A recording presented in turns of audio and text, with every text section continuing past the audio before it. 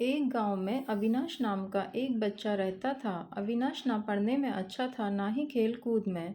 वो एक अंतर्मुखी लड़का था, इसलिए उसके ना गांव में कोई मित्र थे, ना ही स्कूल में।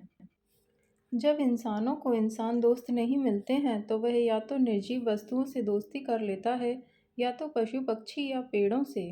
अविनाश के घर के सामने एक आम का पेड़ था। अविनाश अपना खाली समय इस आम के पेड़ की छाया में बिताने लगा। अविनाश या तो स्कूल में होता था, या तो इस पेड़ के पास पेड़ के साथ खेलता था, उस पर चढ़ता था, वही उसकी छाया में आराम करता और वहीं सो जाता था। अविनाश उस पेड़ को इतना पसंद करता था कि वह अपने मन की सारी बातें अब उस पेड़ को बताने लगा था। एक दिन चमत्कार हुआ। जब अविनाश अपने मन की बातें उस पेड़ को बता रहा था, तब अचानक वह पेड़ बोल पड़ा। अविनाश की खुशी का कोई ठिकाना नहीं रहा, क्योंकि अब ना उसे कोई सुनने वाला मिल गया था, साथ ही साथ कोई ऐसा भी जो उससे बातें करे। पेड़ ने बताया कि अविनाश की इतनी घनिष्ठ मित्रता देख वो अपने आप को रोक नहीं पाया और उसे मजबूरन बोलना पड़ा।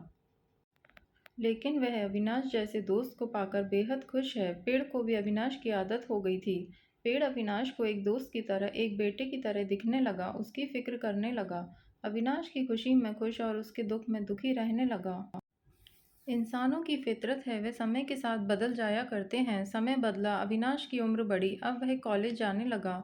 उसने इस पेड़ के पास आना बंद कर दिया। बेचारा पेड़ अविनाश को याद कर काफ़ी दुखी रहने लगा।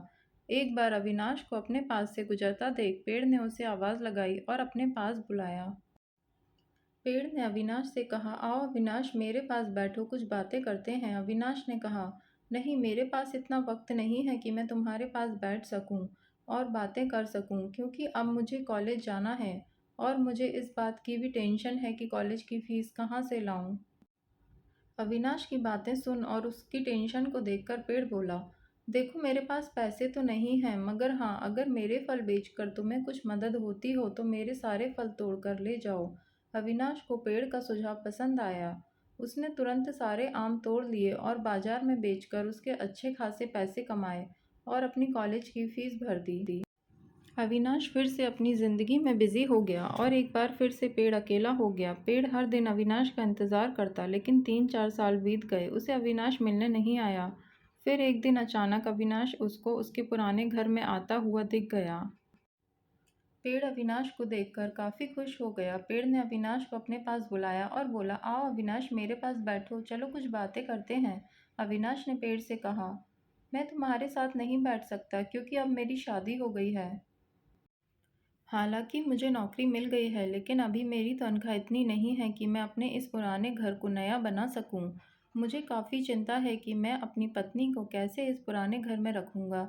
अविनाश को चिंता में देखकर फिर से पेड़ का दिल पिघल गया।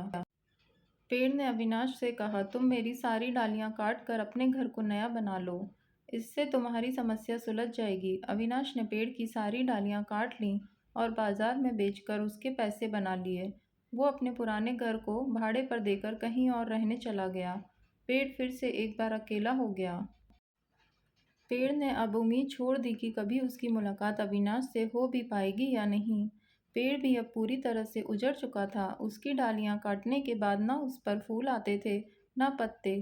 30 साल बीत चुके थे। फिर एक दिन पेड़ ने एक झुके हुए लकड़ी के सहारे चलते एक बूढ़े आदमी को अपने पास आते देखा।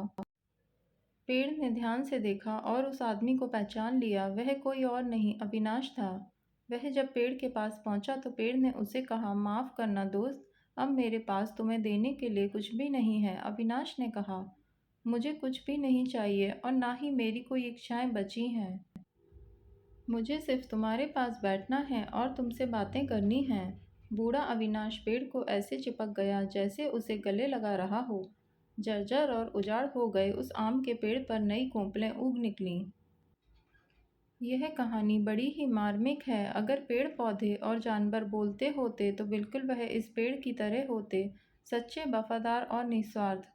चलो, यह तो कल्पना की बात है, लेकिन सोचो, हमारे बड़े बुजुर्ग, हमारे माँ बाप क्या इस पेड़ की तरह नहीं हैं? और कहीं ना कहीं हम अविनाश का किरदार निभा नहीं रहे हैं।